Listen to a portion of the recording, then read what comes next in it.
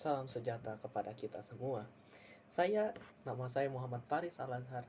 Muhammad Faris Al-Azhar dari kelompok bangku depan posisi kedua bersama teman saya yaitu Mbun Nugroho, Enzelpan Anggara, dan Rifki Adinur Fadila yang akan menjelaskan bagaimana bekerja dengan data atau menjelaskan apa artinya data. Jadi data di sini itu kita akan menjelaskan tentang pengertiannya, jenisnya, dekomposisi, metode pengumpulannya bagaimana, analisis, dan juga kesimpulan. Juga terakhir, pastinya yang tidak bukan dan tidak lain adalah refleksi dan penutupan.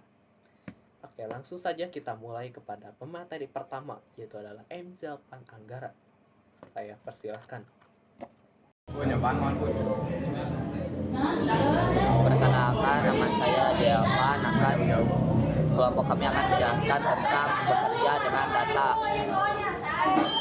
Pertama, ada pengertian data, yaitu pada dasarnya data adalah suatu hal yang telah dikumpulkan, disimpan, dikelola, dan dibagikan dalam bentuk informasi, kemudian dimanfaatkan oleh orang yang berkepentingan. Berikutnya ada latar belakang pentingnya data. Kita berada dalam era di mana data dihasilkan dalam volume yang belum pernah terjadi sebelumnya, atau bisa disebut big data, dari berbagai sumber, mulai dari media sosial, transaksi bisnis, sensor, cloud, hingga website, clickstream. Data telah menjadi aset paling berharga bagi setiap organisasi, setara dengan modal atau sumber daya manusia. Contoh-contohnya ada 3 contoh: dalam kehidupan, dalam perkembangan zaman, dan dalam organisasi bisnis. Pertama, ada contoh dalam kehidupan. Data untuk kehidupan pribadi dan keuangan. Misalnya ketika Anda ingin menghemat uang, Anda mulai mengumpulkan data dengan mencatat semua pengeluaran Anda bulan ini, mencatat semua pengeluaran Anda bulan lalu. Kedua, ada contoh dalam perkembangan zaman seperti kendaraan otonom, mobil tanpa pengemudi, atau chatbot AI. Tidak mungkin terjadi tanpa data. Mesin harus dilatih dengan jutaan data gambar, jalan, suara, dan teks agar mereka dapat belajar mengenali pola dan mengambil keputusan. Ketiga, ada contoh dalam organisasi bisnis. Pemimpin organisasi mengumpulkan data pasar, kinerja pesaing, dan tren ekonomi. Mereka menganalisis data ini untuk memutuskan arah perusahaan, apakah harus berekspansi ke pasar baru, mengakuisisi perusahaan lain, atau fokus pada efisiensi biaya. Terima kasih kepada Enzelpan Anggara yang telah menjelaskan pengertian data dan latar belakang. Pengertian data kita coba ulik kembali. Pengertian data itu seperti adalah suatu hal yang kita dikumpulkan atau sesuatu hal yang dikumpulkan seperti itu. Jadi misalnya kita memiliki sebuah hal seperti absensi. Itu kan absensi adalah suatu kumpulan orang-orang di dalam suatu kelompok yang mana kita kumpulkan orang-orang itu dengan berdasarkan namanya, seperti itu. Dan saya adalah sebagai pemateri kedua akan menjelaskan tentang jenis data. Jenis data yaitu adalah ada data kompleks dan dekomposisi. Kita data kompleks dulu. Data kompleks adalah data yang terdiri atas beberapa elemen data dalam jumlah yang besar, mempunyai tipe-tipe data yang beragam. Contoh perangkat yang menggunakan data ini adalah perangkat lunak Business Intelligence (BI). Dalam terminologi tingkat tinggi ada 2 indikator dasar yang digunakan. Jadi data kompleks adalah seperti data yang terdiri elemennya itu banyak gitu dalam jumlah yang besar. Jadi ketika data beberapa elemennya tuh berjumlah besar atau mempunyai tipe yang beragam, maka itu akan disebut dengan data kompleks, seperti itu. Lalu ada dekomposisi data. Dekomposisi data ini artinya adalah memecah gitu. Mencacah artinya seperti kita misalnya memiliki suatu bagian, dan memiliki bagian itu memiliki sebuah unsur. Contoh botol ini. Botol ini pasti memiliki bagian. Bagiannya adalah tutupnya dan botolnya. Nah, kita cacah seperti itu. Selanjutnya ada contoh-contoh data. Contoh-contoh data seperti ada data demografi, data penjualan dalam ekonomi seperti produk, jumlah terjualnya berapa, harga per unitnya berapa, terus total penjualannya berapa. Lalu ada data akademik, yaitu seperti nama mahasiswa, nama mahasiswa, terus NIM, mata kuliah, lalu nilai akhir.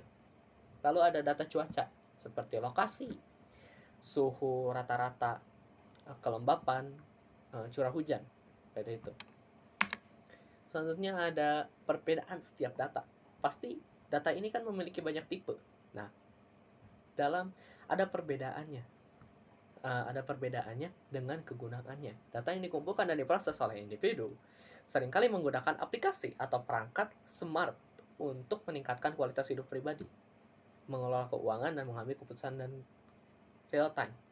Kan ini kita telah dijelaskan bahwasannya tuh jika data memiliki dua jenis atau memiliki beberapa jenis, itu pasti akan kegunaannya berbeda dari bagaimana atau tergantung individu tersebut. Seperti contoh bagian atau divisi dari sebuah organisasi. Organisasi pasti memiliki bagian-bagiannya. Seperti contoh ada si A. Si A ini bagiannya adalah absensi. Maka data yang diperlukannya adalah data absensinya. Data dalam organisasi itu bagaimana. Lalu juga ada bagian bendahara. Pasti memiliki data keuangan. Data cara mengontrol keuangan itu bagaimana. Mengelola keuangan itu seperti apa. Ya seperti itu. Sebenarnya di sini di dalam presentasi ini tertulis seperti latar di bagian slide latar belakang ya. Di mana tentang data kehidupan sehari-hari, data dalam organisasi, lalu data dalam perkembangan zaman. Data dalam kehidupan sehari-hari itu adalah mendata diri kita bagaimana untuk mengatur perilaku dan mengatur keputusan ya. Lalu data dalam organisasi seperti perusahaan untuk mengelola operasional dan strategi pasar. Lalu ada data dalam perkembangan seperti data bervolume besar, mendorong kemajuan teknologi, artificial intelligence, dan perubahan sosial global seperti itu. Lalu selanjutnya di slide ini ada penampakan dari data. Bagaimana data itu terlihat ya. Seperti sini ada data dari rapor, nilainya 60, 70, 80, 90, 100 tuh dari kelas A dan B frekuensinya berapa gitu.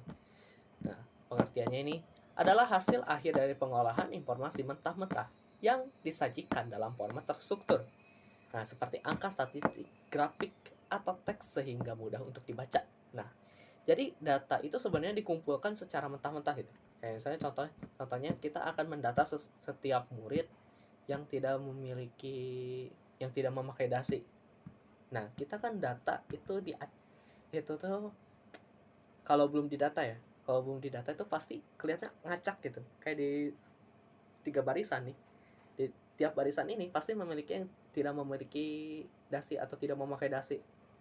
Kita data satu-satu orang di barisan tersebut. Biar lalu dimasukin ke tabel, dibuat tabel gitu. Agar dibaca lebih mudah gitu. Kan kita gak mungkin lihat suatu barisan tersebut langsung kita tahu yang mana aja. Ya, tahu aja tapi akan abstrak dan susah untuk dibaca gitu. Seperti itu. Atau seperti penelitian dalam KTI biasanya. Kan KTI itu biasa ada penelitian tentang tumbuhan tuh bagaimana, tumbuhnya gimana ya, kan tumbuh dari bawah ke atas ya. Iya pastinya. Itu kan di data hari per hari itu naiknya berapa seperti itu. Seperti yang di slide di sini ya.